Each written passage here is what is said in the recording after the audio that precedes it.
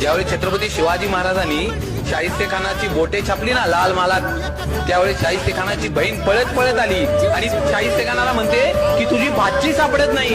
शाहिस्तेखान म्हणतो कुठंतरी नीट उडकून बघ, कुठंतरी लपले असेल, कुठंतरी चुकले असेल. बहीण म्हणती मी सगळीकडे बघितलं पण माझी पोर सापडत नाही.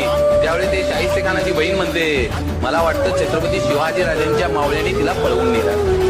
आणि तो शाहिस्तेखान म्हणतो छत्रपती शिवाजी महाराजांचे मावळे काही करू शकतात परंतु कुठल्याही आया बहिणीच्या पदराला हात लावू शकतात. ही माझ्या राजाची पुण्य आहे. अरे जो औरंगजेब छत्रपती शिवाजी महाराजांचा सगळ्यात मोठा शत्रू, आणि ज्या दिवशी छत्रपती शिवाजी महाराजांची निधनाची बातमी त्याला कळते ना, त्यावेळी आपले दोन्ही हात त्या खुदाकडे करतो आणि त्या खुदाला मागणं मागतो, हे अल्लाह अपने जन्नत के दरवाजे खाली रखना, माँ बहनों की इज्जत करने वाला दुनिया का सबसे बड़ा योद्धा आपके पास आ रहा है. माझ्या राजाची ही पुण्य आहे ना.